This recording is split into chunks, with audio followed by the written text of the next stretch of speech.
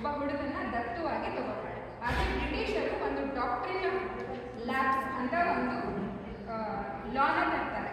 ದತ್ತುಪುತ್ರರು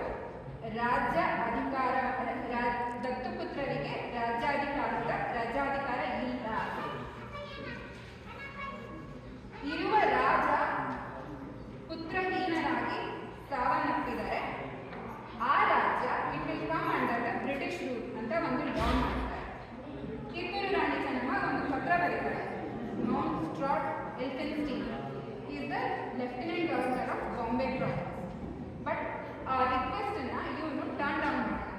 ಇಲ್ಲ, ನಿಮ್ಮ ಕಿತ್ತೂರು ರಾಣಿ ಬ್ರಿಟಿಷ್ ಎಂಪೈರ್ನ ಭಾಗವಾಗಬೇಕು. ಒಂದು ಯುದ್ಧನೂ ಆಗುತ್ತೆ. ಯುದ್ಧ ಗೆಲ್ತಾ ಇರ್ತಾಳೆ.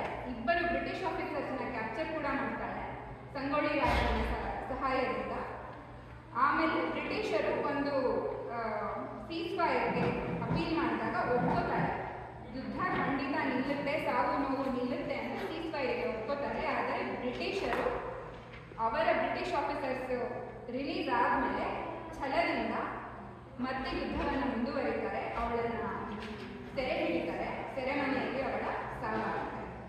ಸೊ ಇಷ್ಟೆಲ್ಲ ವೆರಿ ಇನ್ಸ್ಪೈರಿಂಗ್ ಕರ್ನಾಟಕ ಇದ್ದು ಕೂಡ ನಾವು ಅವ್ರ ಬಗ್ಗೆ ಜಾಸ್ತಿ ಓದಲ್ಲ, ನಮ್ಮ ಮಕ್ಕಳಿಗೆ ಜಾಸ್ತಿ ಕಲಿಸಲ್ಲ.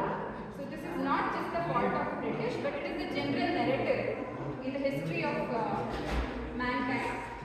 ಸೊ ಒಂದು ಬ್ರಿಟಿಷರು ಅವರಿಗೆ ಬೇಕಾದ ತರಹ ಇತಿಹಾಸವನ್ನು ಬರೆದು ನಾವು ಸಿಲೆಬಸ್ನ ಚೇಂಜ್ ಮಾಡಲಿಲ್ಲ. But the largest problem